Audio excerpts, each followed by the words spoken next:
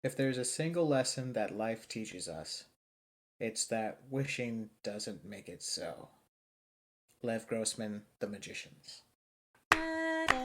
Violent Vice contains graphic and explicit content which may not be suitable for some listeners. Listener discretion is advised.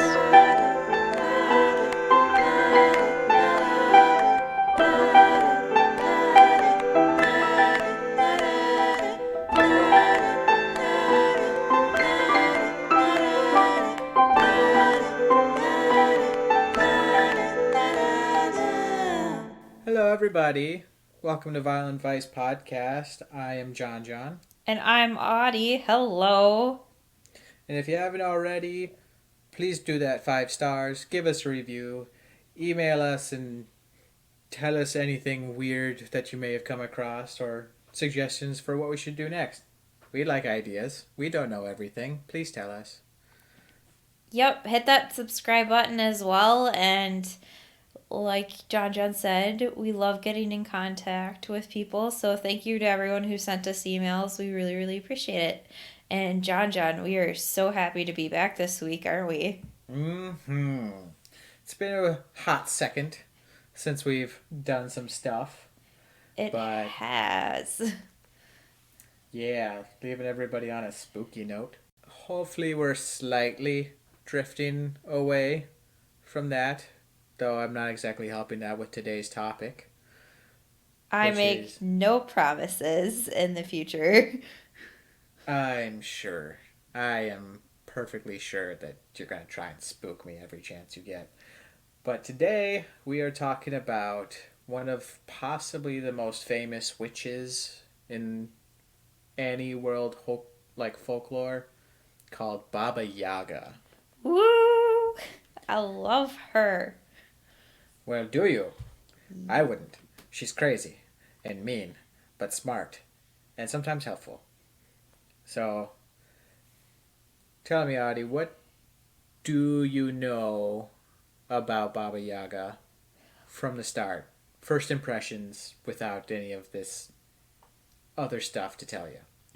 So I know that she doesn't really like people all that much, but she's occasionally helpful to people that like either like help animals or help her and everything. And she's actually like across several different regions and their folklore. That's how I heard about it. I'm sure you'll touch into like the grim stories and everything. And like it's just neat to see a unity between different cultures for me with the Yaga stories.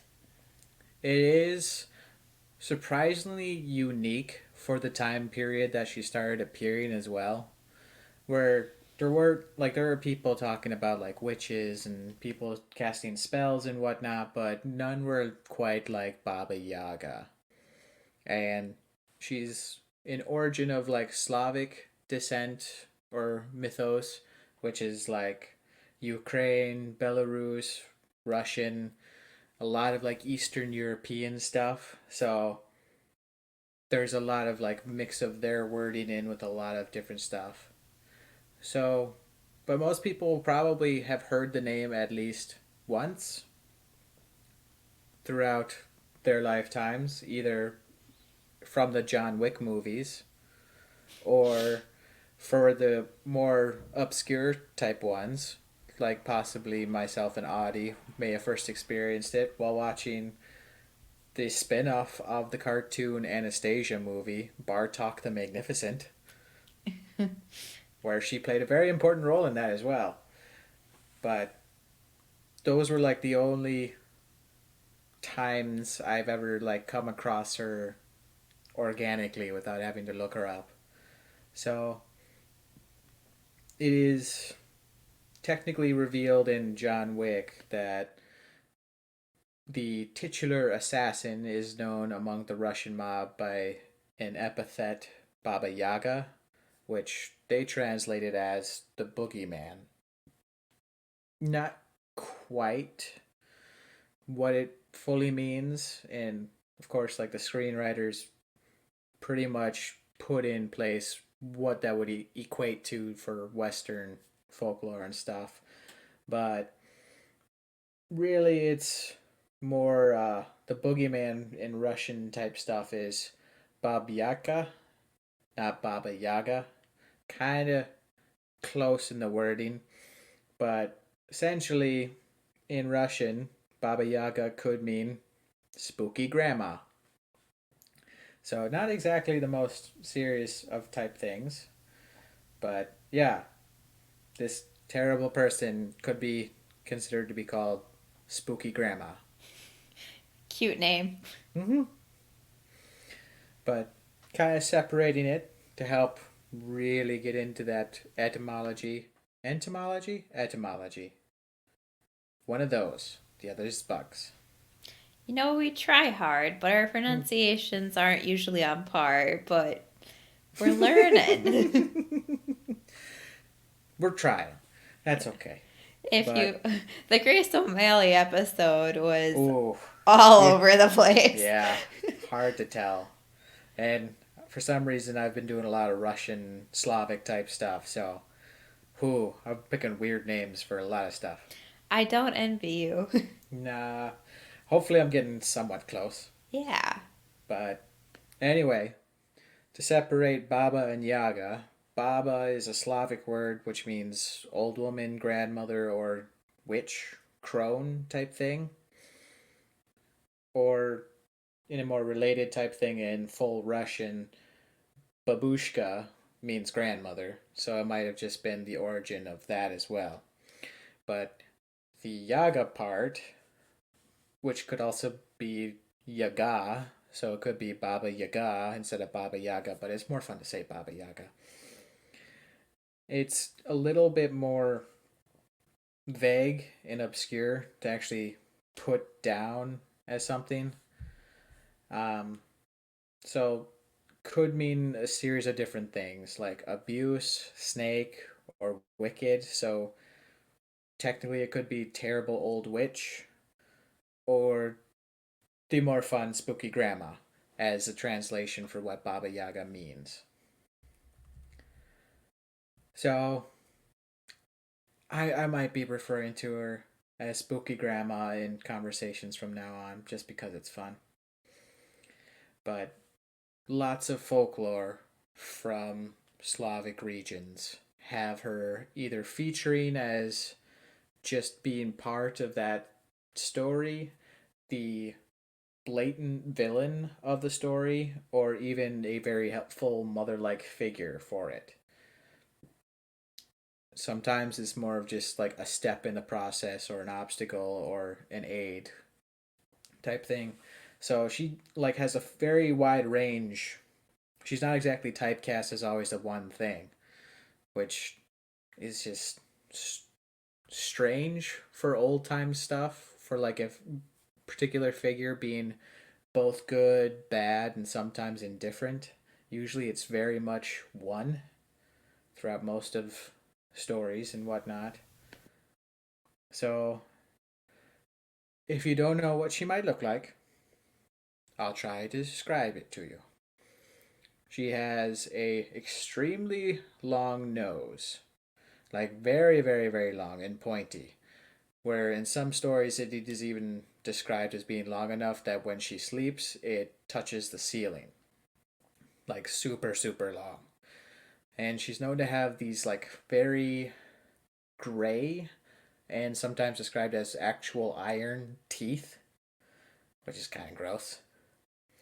And her form is usually hunched, obviously wrinkly, and essentially being very gaunt, very skin and bone, even though she's known to eat a lot of different stuff.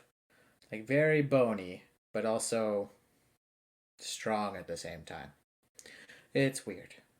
A lot of ideas of what like a hag might look in most feature films do stem a lot from the original descriptions of Baba Yaga.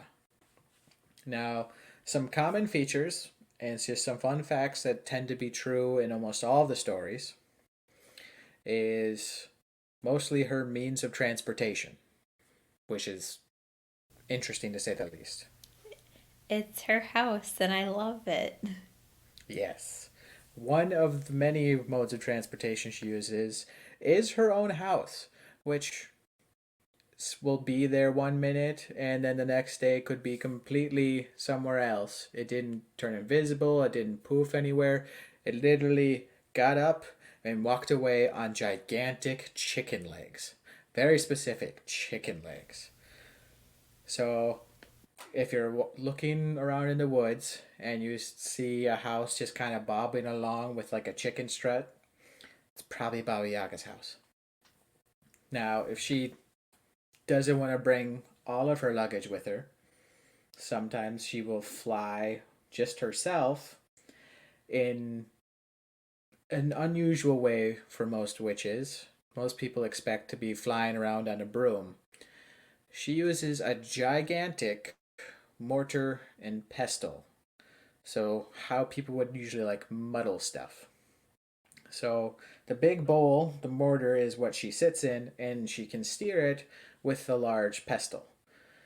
And as she flies past people, she sweeps away her tracks, which shouldn't be there while flying, but essentially just leaving no trace behind her with a birch broom as well. So it's she has a flying broom, cleans up after her, but she prefers to live life in luxury and have a nice sitting area instead of just a one little stick. So respect. Also, just to add a little bit, Spirited Away was the other movie with Baba Yaga in it. Oh, right. I Yeah, still haven't seen that one. it's so good.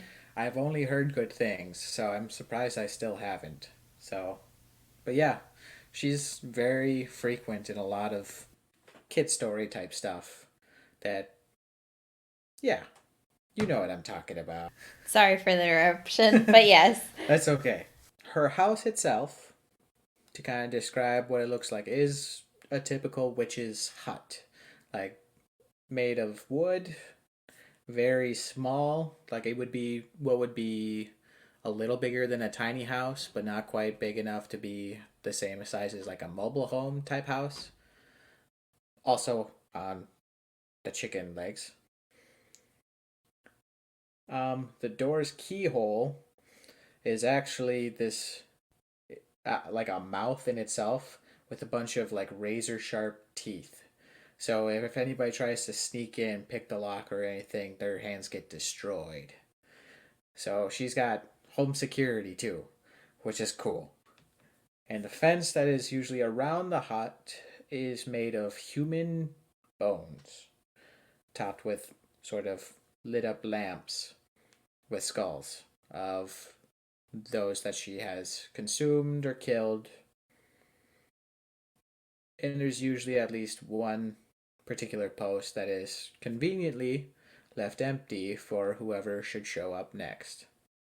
So encountering it usually is just this feeling of like I could very well become the next sort of addition to this house. So I don't know. It's a weird aesthetic, but it seems like a very comfortable living situation. She's got home security, the epitome of a mobile home, very decorative fencing that has good lighting as well, and easy traveling abilities. So really, she was living luxury before luxury was a thing. I don't know. Audie, would you live there? I mean, her hot house is amazing. So, Mm. yeah. I'm also a little bit of a recluse. So, I mean, it would work for me. Be like, yo, my house is awesome. Everybody, look. All right, I'm out now. see, I probably wouldn't have that house in that particular location. I might move a little bit further south, but the house itself, Yeah. ooh, Well, like ooh, it's a house that moves, so you can literally live anywhere with it. yeah, it's it's a great, it's a good house. I think people should really try to replicate it in the future. It'd be kind of cool. You could go definitely with like a Star Wars theme because that's kind of what the ATST does anyway. But still, that's enough of that nerding out. about stuff. And I should mention that she is mostly throughout small children's like folklore, fairy tale type stuff as either chasing children, eating the children, or straight up stopping people from achieving their goals. And it's the like heroes that are able to usually achieve whatever goal they were set out to. One story that's particularly well known is called Vasilisa the Beautiful, where Baba Yaga is essentially equal parts trickster, monster, and savior. So she has like a very wide range of what she does in that story. And for some reason, people have thought that this sort of ambiguity was just part of her uniqueness, but other people are thinking that it's more tied to her connection to femininity and like the natural world as a sort of earth mother, per se. So it's sort of like Mother Nature can be kind and helpful and can save you, but it could also be very harsh, cold, unforgiving, and anybody who's tried to eat fries on the beach will know that nature can be tricky and annoying when a seagull flies by and takes your fries. So, I think if I remember right, Myths and Legends, which is another podcast, they did a hmm, couple part series on that particular story too, mm-hmm. which was pretty good. But I'm excited for everything you have to tell us. I have a couple stories that I will read. Um, However, there is one more odd behavior that I should mention about Baba Yaga. Just because you might get some weird salad fingers vibes from it, which I know you like, and I like those.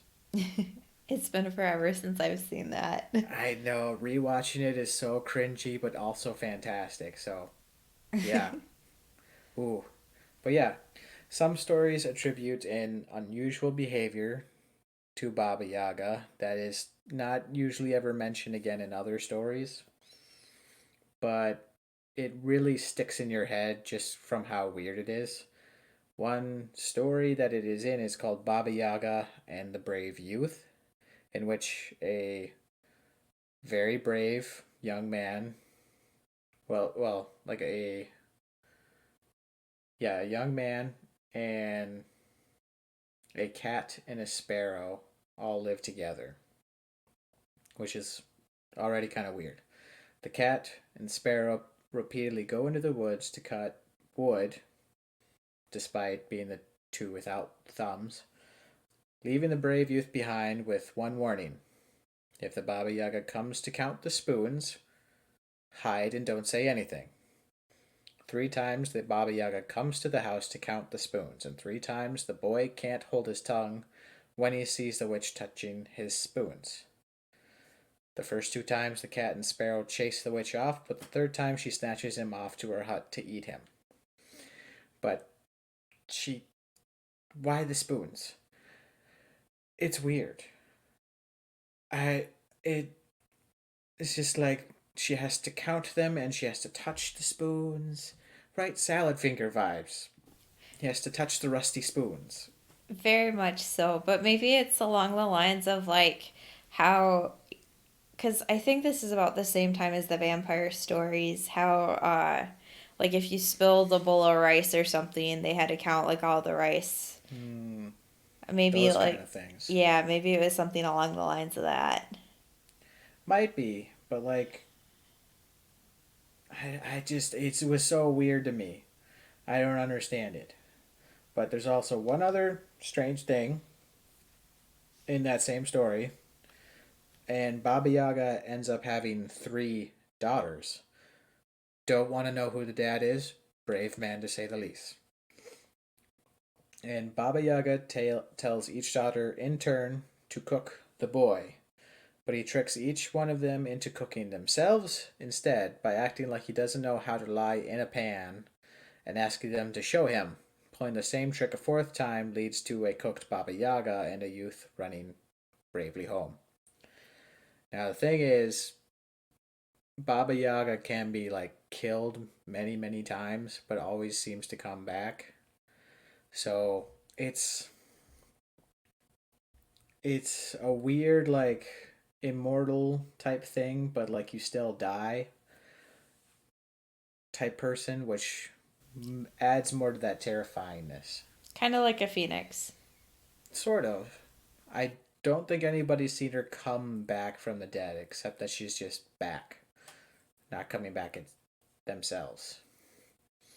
But yeah, a couple of things that she owns are these incredible, faster than any other kind of animal in the world horses that appear in several different stories. One of the more known ones is the story with Koshé the Deathless, who is also an immortal person and has essentially the epitome of like what it takes to be a lich, fully doing what Voldemort should have done and placing his soul into a needle, mixing it in with a bunch of other stuff, and then throwing it at the bottom of the ocean. Like straight up. Voldemort's problems done. If he did that. Should have learned that. But he can be captured and restrained, which is part of that story. But these horses are running faster than any sort of like faster than a cheetah, faster than most cars probably could, to the point where a few days travel takes only but a few hours. So it says to be like with speed that the wind is jealous of. So super fast horses. And she just has them. It's just, I kind of really wish those were still real. That would be extremely cool. But anyway, of all these different things that Baba Yaga has and does, she has essentially gained a lot of fame throughout the entire world by this point. Me and Audi both know of her. She's making appearances in the Hellboy movies. Essentially, I'd call the John Wick stuff as like more of a cameo for her name.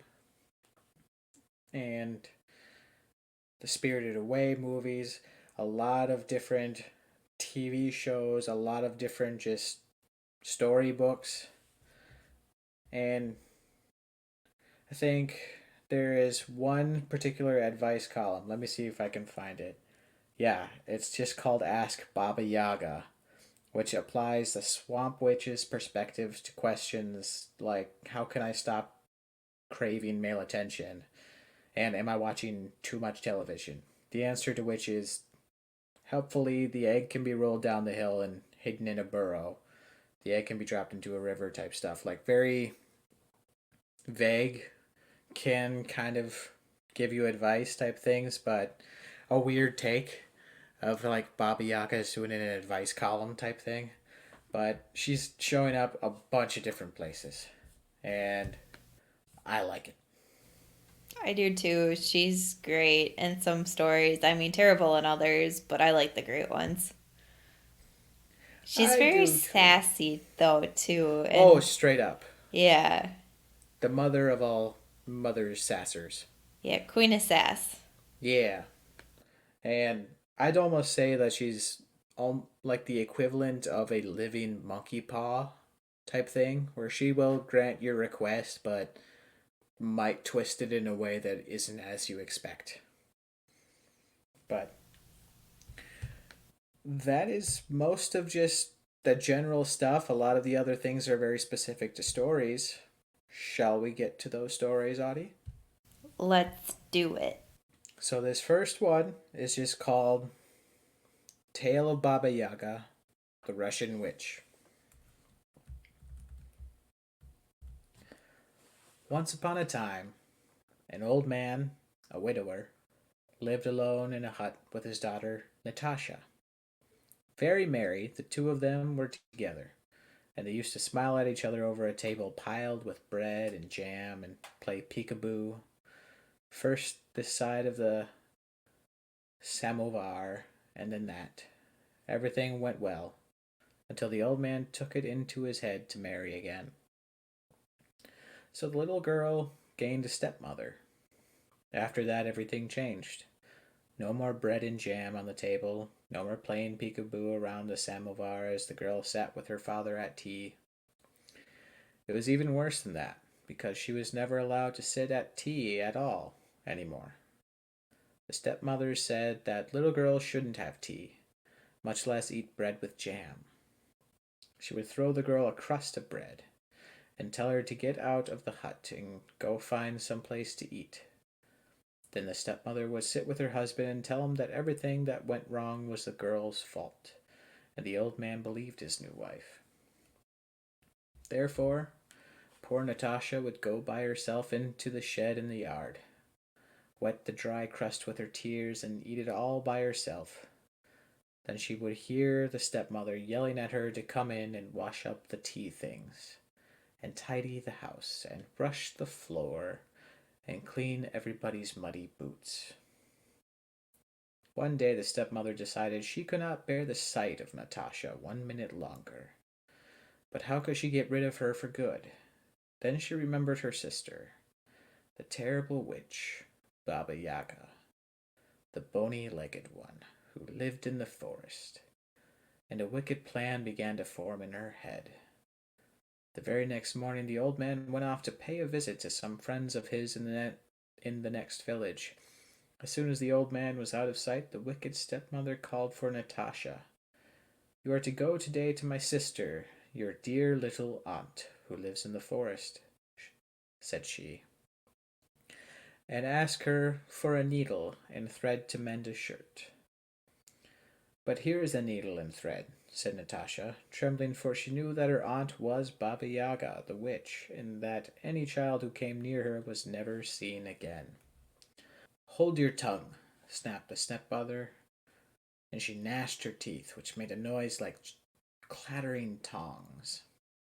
"Didn't I tell you that you are to go to your dear little aunt in the forest to ask for a needle and thread to mend a shirt?" "Well, then," said Natasha, trembling, "how shall I find her?" She had heard that Baba Yaga chased her victims through the air in a giant mortar and pestle, and that she had iron teeth with which she ate children.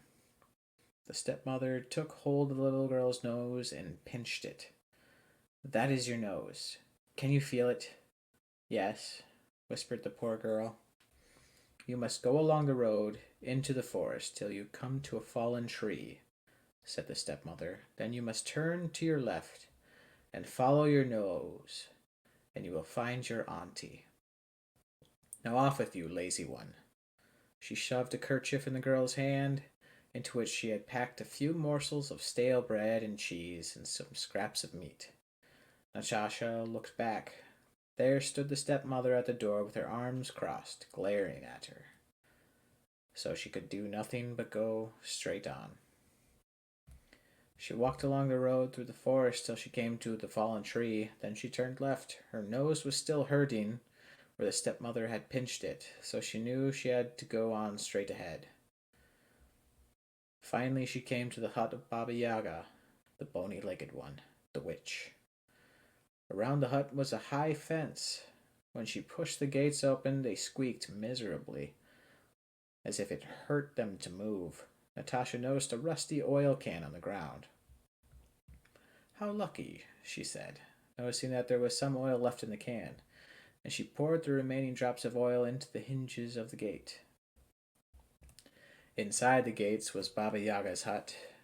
It wasn't like any other hut she had ever seen, for it stood on giant hen's legs and walked about the yard. As Natasha approached, the house turned around to face her, and it seemed that its front windows were eyes and its front door a mouth. A servant of Baba Yaga's was standing in the yard. She was crying bitterly because of the tasks Baba Yaga had set her to do, and was wiping her eyes on her petticoat. "How lucky," said Natasha, "that I have a handkerchief." She untied her kerchief, shook it clean, and carefully put the morsels of food in her pockets. She gave the handkerchief to Baba Yaga's servant, who wiped her eyes on it and smiled through her tears. By the hut was a huge dog, very thin, gnawing an old bone. How lucky, said the little girl, that I have some bread and meat. Reaching into her pocket for her scraps of bread and meat, Natasha said to the dog, I'm afraid it's rather stale, but it's better than nothing, I'm sure. And the dog gobbled it up at once and licked his lips. Natasha reached the door to the hut. Trembling, she tapped on the door. Come in, squeaked the wicked voice of Baba Yaga. The little girl stepped in. There sat Baba Yaga, the bony-legged one, the witch, sitting weaving at a loom. In a corner of the hut was a thin black cat watching a mouse hole. Good day to you, Auntie, said Natasha, trying to sound not at all afraid. Good day to you, niece, said Baba Yaga. My stepmother has sent me to you to ask for a needle and thread to mend a shirt. Has she now? Smiled Baba Yaga, flashing her iron teeth, for she knew how much her sister hated her stepdaughter. You sit down here at the loom and go on with my weaving, while I go and fetch you the needle and thread. The little girl sat down at the loom and began to weave. Baba Yaga whispered to her servant, Listen to me. Make the bath very hot, and scrub my niece. Scrub her clean. I'll make a dainty meal of her, I will. The servant came in for the jug to gather the bath water. Natasha said, I beg you, please be not too quick in making the fire, and please carry the water for the bath in a sieve with holes, so that the water will run through. The servant said nothing, but indeed she took a very long time about getting the bath ready. Baba Yaga came to the window and said in her sweetest voice, Are you weaving, little niece? Are you weaving, my pretty? I'm weaving, Auntie, said Natasha. When Baba Yaga went away from the window, the little girl spoke to the thin black cat who was watching the mouse hole. What are you doing? Watching for a mouse, said the thin black cat. I haven't had any dinner in 3 days. How lucky, said Natasha, that I have some cheese left. And she gave her cheese to the thin black cat, who gobbled it up. Said the cat, Little girl, do you want to get out of here? Oh, cat dear, said Natasha, how I want to get out of here, for I fear that Baba Yaga will try to eat me with her iron teeth. That is exactly what she intends to do, said the cat, but I know how to help you. Just then Baba Yaga came to the window. Are you weaving, little niece? She asked. Are you weaving, my pretty? I am weaving, Auntie, said Natasha, working away while the loom went clickety-clack, clickety-clack. Baba Yaga went out again. The thin black cat was whispered to Natasha, There is a comb on the stool, and there's a towel brought for your bath. You must take them both and run for it while Baba Yaga is still in the bathhouse. Baba Yaga will chase after you. When she does, you must throw your towel behind you, and it will turn into a big, wide river. It will take her a little time to get over that. When she gets over the river, you must throw the comb behind you. The comb will sprout up into such a forest that she will never get through it at all. But she'll hear the loom stop, said Natasha, and she'll know I have gone. Don't worry, I'll take care of that, said the thin black cat. The cat took Natasha's place at the loom. Clickety-clack, clickety-clack. The loom never stopped for a moment. Natasha looked to see that Baba Yaga was still in the bathhouse, and then she jumped out of the hut. The big dog leapt up to tear her to pieces. Just as he was going to spring on her, he saw who she was. Why, this is the little girl who gave me the bread and meat, said the dog. A good journey to you, little girl. and he lay down with his head between his paws. She petted his head and scratched his ears. When she came to the gates, they opened quietly, quietly without making any noise at all, because of the oil she had poured into their hinges before. Then how did she run?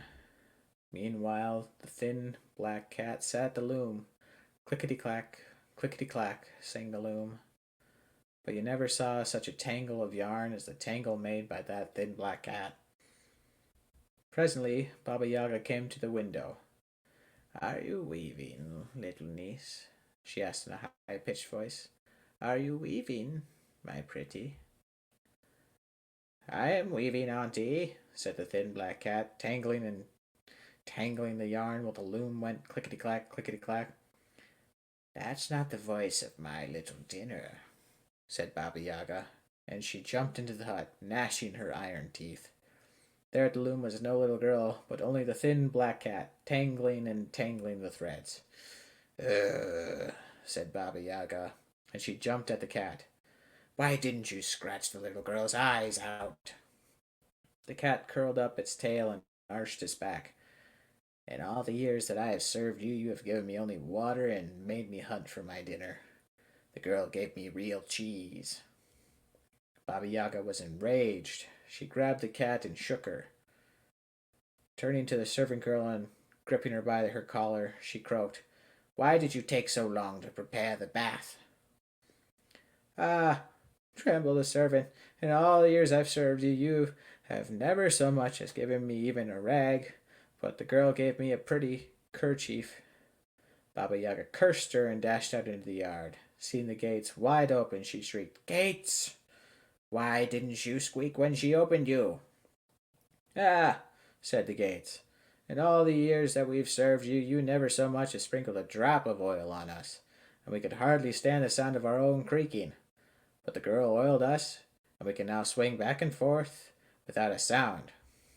Baba Yaga slammed the gates closed. Spinning around, she pointed her long finger at the dog. You, she hollered. Why didn't you tear her to pieces when she ran out of the house? Yeah, said the dog. In all the years that I've served you, you never threw me anything but an old bone crusts. But the girl gave me real meat and bread. Baba Yaga rushed about the yard, cursing and hitting them all while screaming at the top of her voice. Then she jumped into her giant mortar. Beating the mortar with a giant pestle to make it go faster, she flew into the air and quickly closed in on the fleeing Natasha. For there on the ground, far ahead, she soon spied the little girl running through the trees, stumbling and fearfully looking over her shoulder. You'll never escape me! Baba Yaga laughed a terrible laugh and steered her flying mortar straight downward toward the girl. Natasha was running faster than she had ever run before. Soon she could hear Baba Yaga's mortar bumping onto the ground behind her. Desperately, she remembered the thin black cat's words and threw the towel behind her on the ground. The towel grew bigger and bigger and wetter, and soon a deep, broad river stood between the little girl and Baba Yaga. Natasha turned and ran on. Oh, how she ran! When Baba Yaga reached the edge of the river, she screamed louder than ever and threw her pestle on the ground. As she knew she couldn't fly over an enchanted river, in a rage she flew back to her hut on her hen's legs. She flew back to her hut on hen's legs. There she gathered all her cows and drove them to the river. Drink, drink, she screamed at them, and the cows drank up all the river till the last drop. Then Baba Yaga hopped into her giant mortar and flew over the dry bed of the river to pursue her prey. Natasha had run on quite a distance ahead, and in fact, she thought she might at last be free of the terrible Baba Yaga. But her heart froze in terror when she saw the dark figure in the sky speeding toward her again. This is the end for me, she despaired. Then she suddenly remembered what the cat had said about the comb. Natasha threw the comb behind her, and the comb grew bigger and bigger, and its teeth sprouted up into a thick forest, so thick that not even Baba Yaga could force her way through.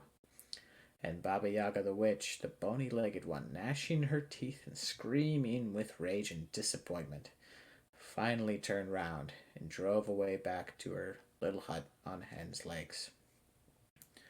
The tired girl finally arrived back home. She was afraid to go inside and see her mean stepmother, so instead she waited outside in the shed. When she saw her father pass by, she ran out to him. "Where have you been?" cried her father, "and why is your face so red?" The stepmother turned yellow when she saw the girl, and her eyes glowed, and her teeth ground together until they broke. But Natasha was not afraid. She went to her father, climbed on his knee, and told him everything just as it happened. When the old man learned that the stepmother had sent his daughter to be eaten by Baba Yaga the witch, he was so angry that he drove her out of the hut and never let her return. From then on, he took good care of his daughter himself, and never again let a stranger come between them. Over a table piled high with bread and jam, father and daughter would again play peekaboo back and forth from behind the samovar, and the two of them lived happily ever after. The end. Nice. Yeah, how's that? A story with a happy ending. Yeah. Haven't heard one of those in a while. Oh, I wonder why. Yeah. Well, I hope you're happy. I am. Very Good. pleased. Nice job.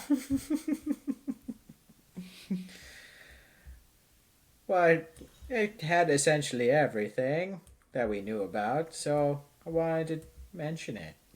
No, it did. It was a great retelling of the story. Good. But yeah, she may not have been the nicest person in that one. No, she wasn't, but her pets were all nice. Oh, yes. Usually, if it's not her helping a story like hero or some sort of task, it's usually those around her that end up helping. So, I don't know. Good things happen around her, bad things too. It's interesting. So, that's one typical story of Baba Yaga and the many strange things that surround her house, as well as her house herself. But to hear other ones, you might have to wait until next week. I'm sorry.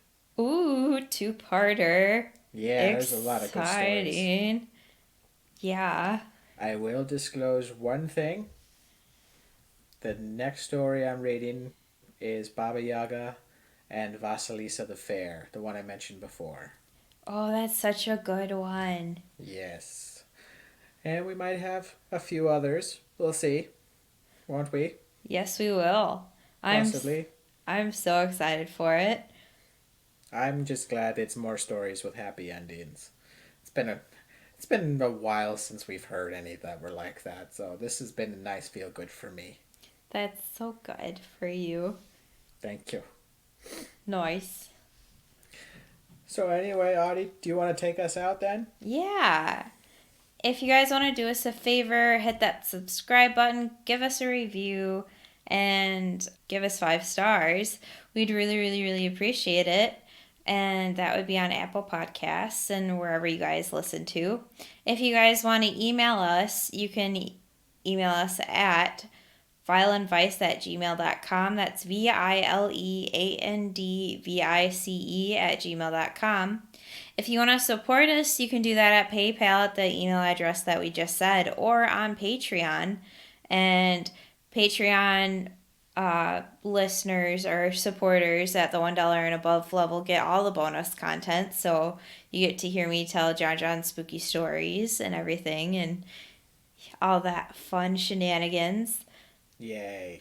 And you guys also are usually the first ones to see stuff like merch and everything too. So, and as well as contests. So that's always fun. And that's at patreon.com/vileandvice. Again, that's patreon.com/vileandvice. No ampersands here. You can find us on Facebook and Twitter at Violent Vice. And you can find us on Instagram at Violent Vice Podcast. So feel free to reach out. We really, really love hearing from you guys. And we'll keep you updated and everything on our blog as well. And that's just violentvice.com. Yay! Yay. It's been a bit, but this was a lot of fun, guys. Yeah. And since we were all scaring each other last time, still kind of sticking with the weird, creepy stuff. But it's almost Thanksgiving, y'all. Yeah. And I'm back from vacation. I'm ready to go. I don't know about you, John, but I'm ready to dig into quite a few more stories, so this will be a great time. Yeah, well, I would just like having a vacation, so meh. Sorry. Sorry, not sorry. It was a great time. Nah, it's fine. But that's all from us today. We'll see you guys next week for part 2 on Baba Yaga. Ooh. So excited. Bye. Bye. Thank you for listening to Violent Vice. Cover art is by Audi Griffith. Music by Annabelle Reback. If you want to help support the show, please visit patreon.com/violentvice or give us 5 stars on Apple Podcasts or wherever you listen to. This helps us move up the charts and also helps keep the spooky stories coming. Thank you.